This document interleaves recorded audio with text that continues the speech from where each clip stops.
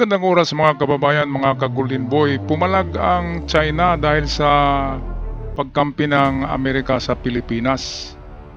Talagang walang mga utak, no? Hindi nila alam na meron tayong mutual treaty or mutual defense treaty with the US since 1951. After World War II ay nagpirmahan ang mga presidente ng Amerika at Pilipinas ng mutual defense treaty. Ano ba ito? Ito ang nagsasaad ayon sa treaty na kung alinman sa dalawang bansa ang mayroong problema sa giyera o kalamidad ay magtulungan. Tulungan ng isa, yung isa na inatake at vice versa. Kaya hindi ito naintindihan ng China dahil hindi sila nakikinig sa mga paliwanag ng Amerika at Pilipinas. Bagkus ay sinusulong nila ang kanilang pagkiklaim ng buong South China Sea, kasama na ang teritoryo ng Pilipinas. Buo lahat. Sa kanila daw yan, ayon sa kanilang mga ninuno. Kaya meron tayong video dito courtesy ng UNTV. Dito ay binabalita ang pagpalag ng China. At hindi lang yan, sa pangalawang video clip natin ng UNTV pa rin ay makikita natin kahapon to na insidente na naman sa WPS. Binomba na naman ng Chinese Coast Guard ang ating mga barko na nagrasyon or naghatid ng fuel at pagkain diyan sa Baho de Masinloc sa ating mga mangingisda. Kaya isa na namang act of terrorism dahil nasira yung isang barko natin. Kaya ito ang video mga kababayan, mga ka-Golden Boy atin na panoorin courtesy ng UNTV. Bahagi ang US na usapin kaya hindi ito dapat makialam. Iyan ang tugon ng China. Sumagot ang Beijing sa pahayag ng Estados Unidos na pagsuporta nito sa Pilipinas sa pagtutol sa plano ng China na gawing nature reserve ang Baho de Masinloc o Scarborough Shoal. Ayon kay Chinese Foreign Ministry spokesperson Lin Jian, hindi raw dapat makialam ang Estados Unidos sa South China Sea dahil hindi ito partido ng usapin. Iginiit ng China na matagal nang sakop nito ang Wangyang Dao o Scarborough Shoal at lehitimong karapatan nila na gawin itong National Nature Reserve. Muli din itong tinawag na iligal at walang visa ang 2016 Arbitral Tribunal ruling na pabor sa Pilipinas. Ayun, Odi, nakita nyo mga kababayan, di ba ang rason ng China ay napaka-absurd, napaka-walang hiya na rason yan dahil hindi nga sila naniniwala sa arbitral ruling noong 2016 na pabor sa Pilipinas dahil kinampihan daw ng UN ang Pilipinas. Talagang napakatarantado at iginiit pa rin nila lalo na ngayon na gawin nilang nature reserve ang buong Baho de Masinloc. Kasama na dyan ang parte ng Zambales na mga isla. Kaya ano ba bang magawa natin dito? Kaya mga kababayan ay handa-handa na kayo ng tinatawag na itong mga pagkain na dry goods, mga medisina. Yan ang tinatawag na emergency kit for 72 hours. Kahit 72 hours lang tayo mabuhay sa bundok. Kapag tatakbo tayo kapag ganitong sisiklab na yung gera na yan, na wala tayong magawa dyan kasi pinasok na ang teritoryo natin. Kung pasukin ang bahay mo ng magnanakaw, ano bang gagawin mo? Diba? Di sisigaw ka at idipinsa ang bahay mo. So ito yung nangyari ngayon. At ang international community ay panig naman sa atin dahil nga maling-mali ang pagpasok na ito ng China sa ating teritoryo. Walang basihan, walang mapa, istorya lang ng kanilang mga ninuno, talagang binubuli nila tayo. Hindi lang Taiwan, Pilipinas, pati Vietnam. Kaya mukhang mauubusan na ng pasensya dito ang Amerika at ang ating Armed Forces of the Philippines. Balik tayo sa balita courtesy ng UNTV. Ano nga ba ang nangyayari sa ating mga BRP ships kahapon sa Baho de Masinloc? Narito ang video para sa mga detalye. Sinisiri nila ang US sa kapalala ng tensyon at pagdadala umano ng gulo sa rehiyon. Nauna nang nagpahayag si US Secretary of State Marco Rubio na suportado nila ang Pilipinas sa pagtutol sa plano ng China sa Scarborough Shoal. Itinuturing ito ng US bilang isang paraan ng Beijing para piliting palawakin ang kanilang pag-angkin sa South China Sea na nakakaapekto sa mga karatig bansa. Binatikos din ng Amerika ang pagharang ng China sa mga Pilipinong mangingisda na makapangisda sa traditional na bahagi ng Bubasyola. Ayon sa kanila, ang ganitong mga aksyon ng China ay hindi lamang nakakasama sa mga makayan, kundi tuloy ring nagdudulot ng tensyon at kaguluhan sa rehiyon. Ayan, so nakita nyo mga kababayan ha, pati na mangingisda ngayon, pinipigil na ng mangingisda mismo sa Zambales, sa Baho de Masinloc. Kaya ano ang tawag dyan? Di ba? Grabe, noong wala pa si Digong ay hindi ganito ang nangyari dyan eh. Pagkatapos ng termino ni Digong, ito na yun. Kasi binigay nga niya according sa kanilang gentleman's agreement ay sa China na tong Baho de Masinloc kasama ang Palawan at Zambales. Kaya yan ang pinakawalang hiyang legacy ni Digong sa Pilipinas, ang pagbinta ng ating teritoryo sa China dahil sa isang bagay lamang, di ba? Merong ibibigay ang China sa kanila na maganda. Hindi natin alam kung pera o in terms of goods, pero sa tingin ko ay pera talaga. Dahil yung mga mukhang pera eh. Kaya ito na yung nangyari ngayon. Saan ba natin isisi ito? Noon sa panahon ni Pinoy before Duterte ay nagkipaglaban si Pinoy dyan eh. Kaya nga nandyan yung BRP Sierra Madre dyan. Kasi dyan muntik nang mabakbakan ang Chinese Coast Guard at migdat ng Chinese Navy at Philippine Navy sa panahon ni Pinoy ay nagkipaglaban pa tayo. Pagdating ni Digong Duterte ay lumambot siya sa China, iniwan niya ang Amerika, hindi niya pinapasok ang Amerika dito, walang US bases. Kaya ang nangyari, lumaki ang ulo ng China. At ito na yung epekto ngayon. Grabe ang DDS effect, no?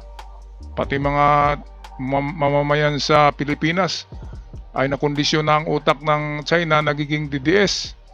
Kasi nga, sa panahon ni Digong, naglipa na ang trolls ng China, 2 million trolls pala yan ng China na palaging nag-publish ng mga articles na sasabihin na okay si Digong, and then pagdating kay PBBM, babanatan si PBBM na hindi okay si PBBM, magnanakaw. 2 million lahat yan na trolls sabay-sabay na mag-publish sa YouTube, sa Facebook, at kung saan-saan na social media. Kaya marami ang naniniwala na si PBBM ay nagpulburon at magnanakaw din. Dahil sa mga trolls ng China yan, nasira ang ating bansa, nagkahati-hati na. Kaya sa mga DDS, pag-isipan nyo yan. Saan ba kayo papanig? Hindi ba kayo kakain ng isda sa WPS? Hindi ba kayo kakain ng isda galing sa Baho de Masinloc? Kung ganun, kung hindi kayo kumakain dyan, mga DDS ay lumipat kayo sa China. Tingnan natin kung kayo'y tanggapin ni Xi Jinping doon. Okay, balik tayo sa balita ng UNTV. Kaugnay nito, muling nanawagan ng Estados Unidos sa Beijing na igalang at sundin ang 2016 Arbitral Tribunal ruling. Sa desisyong ito, idiniklara ng korte na labag sa batas ang ginagawang panggigipit ng China sa mga Pilipinong mangingisda at maging ang batayan nila sa 9-dash line ay pinawalang kwenta rin ng tribunal. Dagdag pa ng US, ang ruling ay final at may bisa sa parehong panig.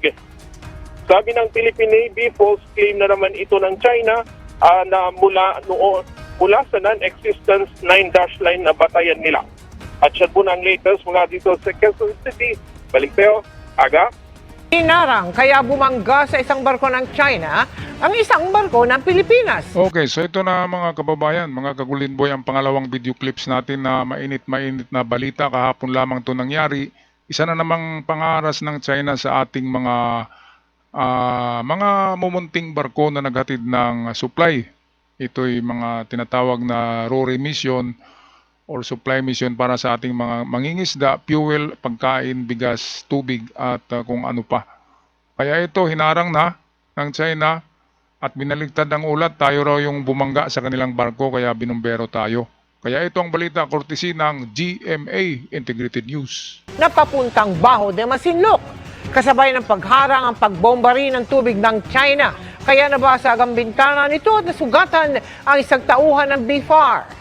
Nakatutok si Chino Gaston.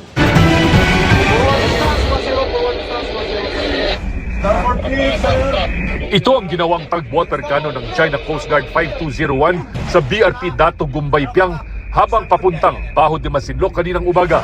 Sa lakas ng buga ng tubig, nabasag ang isang bintana ng barko kaya nasugatan ng isang tauhan ng BFAR. Nasira rin ang electronics at air conditioning ng barko. Sa isa pang video, habang wina-water cannon ang barko ng Pilipinas, hinarangan ito ng isang CCG ship. Dahilan para bumangga ang BRP Dato Gumbay Piang sa barko ng Chinese Coast Guard. Ito mga kababayan, parang cat at mouse din ito eh. Cat and mouse. Pusa at daga. Ang daga diyan ay ang China. Dahil kapag nawala yung Amerika na pusa, kapag nawala yung mga battleship diyan na pumupunta diyan, ay nawawala rin yung mga inchik. Natatakot. Pero kapag nawala na yung mga destroyers na nariyan ng US Navy, ay mga haras na naman sila sa atin. Kaya cat and mouse na ito, which is ang daga dito ay ang China. Dahil pag nandyan ang Amerika, tatakbo sila eh. Tapos pag wala yung Amerika, wala yung battleship ng Amerika, ay bumbiruhin nila ang ating mga barko dyan. Kaya ito yung nangyayari. Bakit ayaw bumbiruhin ng China kapag mayroong mga barko dyan ang Amerika? Dahil sa takot sila. Takot itong mga tangingot na to eh. Kaya tumitingin-tingin na ako ngayon ng mga sniper rifles. Mga kababayan. Meron tayong medyo mura na mga civilian rifles mabibili sa Rock Island. Ang Rock Island, yan yung dating Arms Corps of the Philippines. Kung balak nyong bumili ng mga ganyan. Mura lang, mga kababayan. Kailangan paghandaan talaga to. Hindi na to matagal na to nabalak ng China na agawin yan by hook or by crook ang West Philippine Sea dahil nga nandyan ang $1 trillion na deposito ng langis at minerals at iba pang resources. Okay, balik tayo sa GMA. 24 oras. Ang isang Chinese fishing militia vessel tinangkading i-water cannon ang BRP Dato Gumbay Piang 10.8 nautical miles mula sa Baho de Masinloc. Pero mabilis na nakaiwas ang barko ng BFAR. Bukod dito, isang Chinese warship na may bow number 525 naman ang nag-anunsyo sa radyo na magsasagawa sila ng live fire exercise sa lugar. Sa kabila ng panggigipit at panghaharang ng China, tagumpay na nakarating ang mga barko ng Pilipinas sa Baho de Masinloc. Ayan, tingnan nyo mga kababayan nagpaputok pala. Meron daw live exercises, ibig sabihin, magpaputok yun ng mga kanyon. At gugulatin nila yung mga ingisda, pinapalis at doon itatama sa mga area kung saan nangingisda ang ating mga fishermen. Kaya kawawa tayo, pinaputukan na pala tayo dyan eh. Kaya ang dapat, sabi ko na nung isang vlog ko, dapat palaging naka-standby dyan ang mga battleships ng Amerika at ng Japan para hindi na makapunta dyan yung mga inchik na yan. Grabe, napakawalang hiya. Kung hindi ito makakuha sa magandang usapan ay buntala na, di ba? Mga kababayan. Wala na talaga eh. Isang na lang yan, dialogue. Kung hindi pa rin, ayaw pa rin ni Xi Jinping, hindi buntala na. Kung hindi buntalan ay subukan nilang umatake sa Pilipinas. Di ba kakain sila dito ng alikabok, di ba mga kababayan? Alright, tapusin na natin ang video courtesy ng GMA Saksi. Sa isang ulat mula Reuters, sinabi ng China Coast Guard na winater cannon nila ang mga barko ng Pilipinas sa Baho de Masinloc dahil umano sa iligal na panghihimasok at dahil binangga umano ang isang barko ng China ng barko ng Philippine Coast Guard na may bow number 3014. Sa social media post ng security analyst na si Ray Powell, kita sa Automatic Identification System tracking data kung paanong dinikitan ang BRP Dato Romapinet ng BFAR ng dalawang China Coast Guard vessel at ilang Chinese fishing militia. Dinikitan din ng barko ng China Coast Guard at Chinese fishing militia ang BRP Gabriela Silang at ang BRP Dato Taradapit. Pero hindi malinaw kung nagkaroon nga ng banggaan. We are still checking. So far, we are awaiting the results of the coordination with our counterpart agencies. If there's going to be a military conflict between the United States and China, the thinking in Washington goes it will most likely happen if China tries to invade Taiwan. Okay mga kababayan, so mamaya atin na talakayin tong sinabi dito ni Jacqueline Williams ng US. Balik muna tayo dito sa itong nangyari sa WPS kahapon. Dalawa pala sa ating mga BRP Dato ng mga barko, yung BRP Dato Taradapid at BRP Gabriela Silang. Yung pala yung hinaras At sabi nung binangga daw yung barko nila, ng barko natin. Kaya nga nabangga dahil hinarang nila eh. Mga talentado talaga, no? Mga kababayan. Kaya hindi na Taiwan ngayon ng ang sentro ng usapin ngayon sa international, gaya dito sa binalita ni Jacqueline Williams ng US. Hindi lang Taiwan, ang Pilipinas ngayon ang bagong sumiklab na napakadelikadong battleground dahil nga nandiyan ang Amerika. Kaya ito ang kanyang ulat atin pakinggan. To be a military conflict between the United States and China, the thinking in Washington goes it will most likely happen if China tries to invade Taiwan. But lately, tensions have escalated precariously in another part of the South China Sea, the waters off the western coast of the Philippines, where an international tribunal ruled the Philippines has exclusive economic rights. But China claims almost all of the South China Sea, one of the world's most vital waterways through which more than $3 trillion in goods flow each year. Ayan, so narinig nyo, $3 trillion in goods flow pa yun, hindi pa pinag-usapan yung mga nandyan sa ilalim ng karagatan ng WPS na mga reserbang langis. Kaya kahit international community, alam na delikado ang Pilipinas eh. Tayo lang yung ayaw maniwala na talagang delikado na tayo sa China. Kaya para sa akin mga kababayan, bili kayo kada sweldo nyo ng isang mga bagay na magagamit sa emergency kung tayo'y doon na sa bundok. Halimbawa, maraming lighters, maraming pusporo. Halimbawa, water filter dahil kailangan natin ng water filter sa bundok. Halimbawa, yung fishing lines, mga pamingwit, di ba? Mga tirador para sa ibon, pang survive sa bundok. Gamot para kung magkasakit sa bundok. Kulambo dahil napakaraming lamok sa bundok. Yan lang mga kababayan at dried goods, mga preserved foods. At ano na rin, di ba? Vitamins para kasi tatagal yan ng isang taon bago pa yung gulo na yan. Alright, anong masasabi nyo dito mga kababayan? Bagong insidenteng nangyari na harassment, kahapon lamang to, ng China sa Pilipinas. Anong masasabi nyo? Pag-i-comment. At sa mga bago pa lamang sa channel, huwag kalimutan mag-subscribe para palagi tayong updated at yan ay malaking tulong para sa aming mga content creator. Hanggang sa muli, God bless the Philippines. Ingat ang lahat.